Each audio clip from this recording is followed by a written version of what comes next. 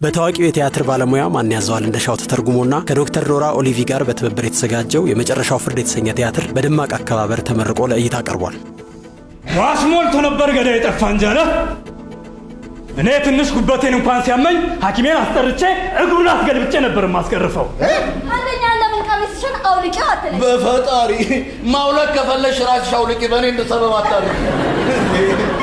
ዘ ካውኬዥያን ቾክ ሰርክል የተሰኘው ተውኔት ውርስ ትርጉም የሆነው ይሄ ተውኔት እንግዲህ ሐሙስ ታኅሳስ 9 ቀን 2018 ዓ.ም በአገር ፍቅር ቲያትር በይፋ ተከፍቷል። ጎታ ኢንስቲትዩት ከአዲስ አበባ ቲያትር ቤቶች ጋር በመተባበር ለእይታ ያቀረበው ይሄ ተውኔት አንጋፋና እጅግ ታዋቂ የቲያትርና የኪነ ጥበብ ባለሙያዎች እንዲሁም ጥሪ የተደረገላቸው እንግዶች ተገኝተውበታል። ማን ያዘዋል ወደ አማርኛ ውርስ ትርጉም አምጥቶ ኢትዮጵያዊ ለማድረግ ጥረት አድርገዋል።